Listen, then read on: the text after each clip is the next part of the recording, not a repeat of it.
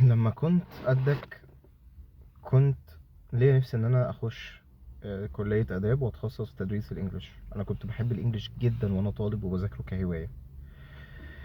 اهلي، والدي ووالدتي الاتنين دكاترة عيون، فروحت قلت لهم يا جماعة انا عايز اخش كلية اداب. والدتي ربنا يحفظها ادتني بصة. يعني بصت لي بصة كده، قمت انا زي الولد المؤدب رحت من غير كلام رحت كتبت طب، ودخلت كلية طب.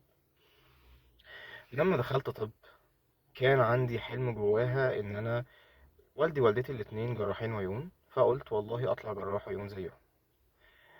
وبالفعل اشتغلت عشان الهدف ده، وقعدت بذاكر وذاكر وذاكر بهدف ان انا هبقى دكتور عيون. سبحان الله، وانا في سنة تالتة فكرت بعد سنة تالتة كده انه لا، انا عايز اجرب تاني حلم التدريس، وقعدت ادور على فرص كتير جدا جدا للتدريس، وقعدت ادور واسأل ناس بقى اسيستنت عندك وكده.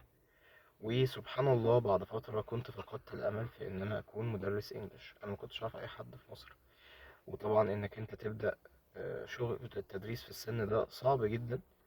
لو انت ما عندكش كونكشنز او ما عندكش حد يساعدك او يعرفك ازاي تبدا، خصوصا وقتها كان قبل الاونلاين اصلا والكلام ده كله.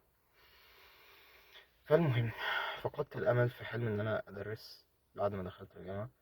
وسبحان الله في يوم دخلت حطيت راسي على المخده عشان انام، لقيت مدرس ربنا يا رب يحفظه، دكتور احمد المصري لو حد يعرفه في البيولوجي. اتصل بيا سبحان الله من عند ربنا، قال لي بقول لك يا احمد انا بفتتح اكاديميه جديده، ما تيجي تشوف الافتتاح. رحت يوميها، قام قال لي يا احمد، وهو ما يعرفش اصلا ان انا كنت بدور على شغلانه التدريس، قال لي يا احمد انا محتاج مدرس انجليش، ايه رايك تشتغل معايا؟ سبحان الله ربنا كرمني وقتها وبدات اشتغل معاه في التدريس. وطبعا طول ما انا ماشي في الجامعه كان همي ان انا، وكنت بفكر ان انا هبقى مدرس وابقى دكتور عيون. قابلتني مادة في سنة خمسة كنت بكرهها اسمها الأطفال.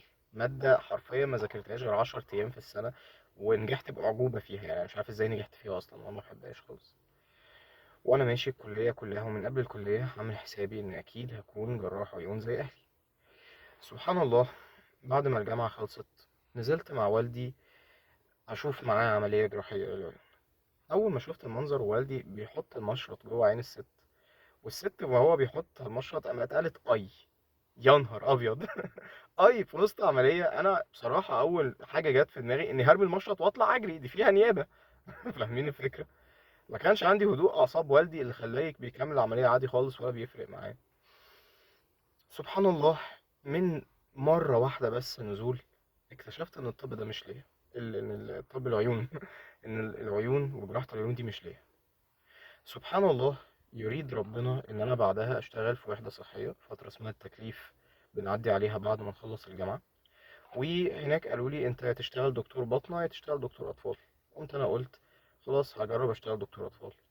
وسبحان الله وقتها حبيت شغل طب الاطفال جدا، وده التخصص اللي انا ماشي فيه في الطب دلوقتي. انا ليه رغيت الرغي ده كله؟ كنت عايز بس اوصل لك رسالة، بليز عايزك انك انت تبقى عارفها.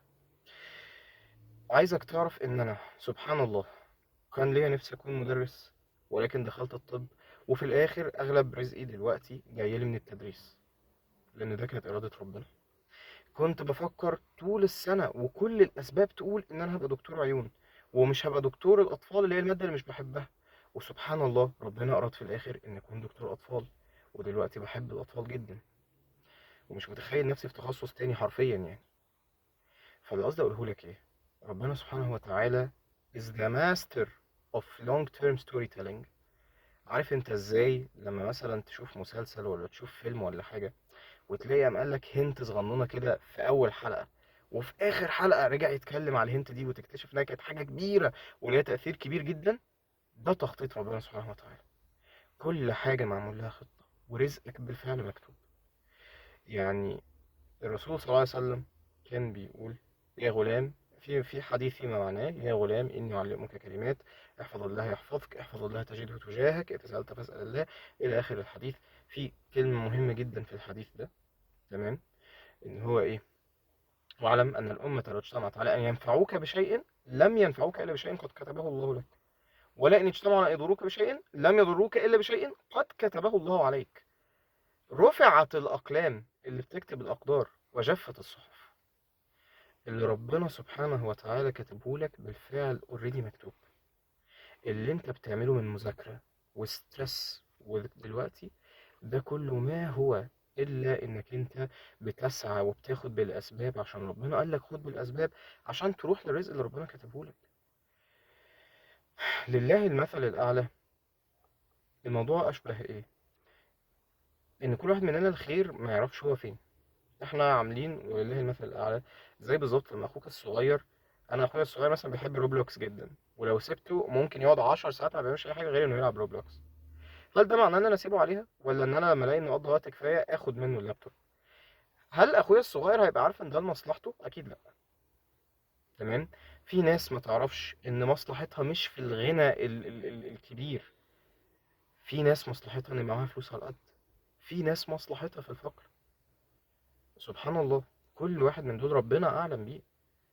يعني انا عايز اقول لك، انا عن نفسي من تجربتي كنت يعني انتوا يعني احنا انتوا اخواتي الصغيرين. فكنت متخيل زمان ان لما يبقى عندي عدد طلاب كبير قوي، ده كده اكتر حاجه تبسطني. وسبحان الله عدت عليا مرحله لما فعلا كان معايا عدد، يعني يعني وما زال معايا الحمد لله عدد كبير، لكن لقيت نفسي بقول لنفسي يا احمد، انا كنت مبسوط اكتر لما كان معايا عدد اقل، عشان ما كنتش بضحي في حاجات تانية. فدلوقتي بقيت بتجه اكتر ان انا يعني احدد المجموعات شويه في سبيل ان انا يبقى عندي work life balance احسن. فسبحان الله اللي بحاول اقوله لك ايه، ان ده اكزامبل على ازاي احنا ما نعرفش رزقنا فين، احنا ما نعرفش الخير بتاعنا فين، ربنا سبحانه وتعالى يعلم، ربنا سبحانه وتعالى كاتبه. وده انت ليله الامتحان. ليه كنت عايزك تشوف الفيديو قبل الامتحان؟ عشان ما تروحش بكره بتوتر ان كل مستقبلك متركز على اللي انت هتعمله دلوقتي، بمنتهى البساطه ان ده مش صح. انت ربنا بالفعل كاتب لك المكان اللي انت فيه، وهتوصل له هتوصل له. يا جماعه، انا لما بشوف اصحابي دلوقتي والدفعه بتاعتي، منهم اللي عمرك ما كنت تتخيل ان هو هيبقى ناجح في حياته، انت ده تخيلك، هو دلوقتي في امريكا. واحد صاحبي عادي خالص سبحان الله، باباه فاز اللوتري بتاع امريكا ومعاه جرين كارد وسافر. ومين يعرف، ممكن بالنسبه له ده النجاح، ممكن بالنسبه لحد زي ده او حد زيك او زي اي حد ممكن ده يبقى فتنه. انت مفيش حاجه ثابته صح وحلوه لكل الناس، وحاجه ثابته وصح او وحشه لكل الناس. فطولت عليكم. اللي انا عايز اقوله لك، انت اهم حاجه روح بكره توكل على الله، خد بالاسباب المطالب انت بيه، اعمل كل اللي عليك وسيب الباقي على ربنا. لو ما عملتش كل اللي عليك دلوقتي اعمله بعدين، بس اعمل كل اللي عليك وسيب الباقي على ربنا، وانت ما تعرفش القدر هيمشي بيك فين. ربنا يوفقكم يا شباب يا رب. طمنوني بعد الامتحان بكره. السلام عليكم.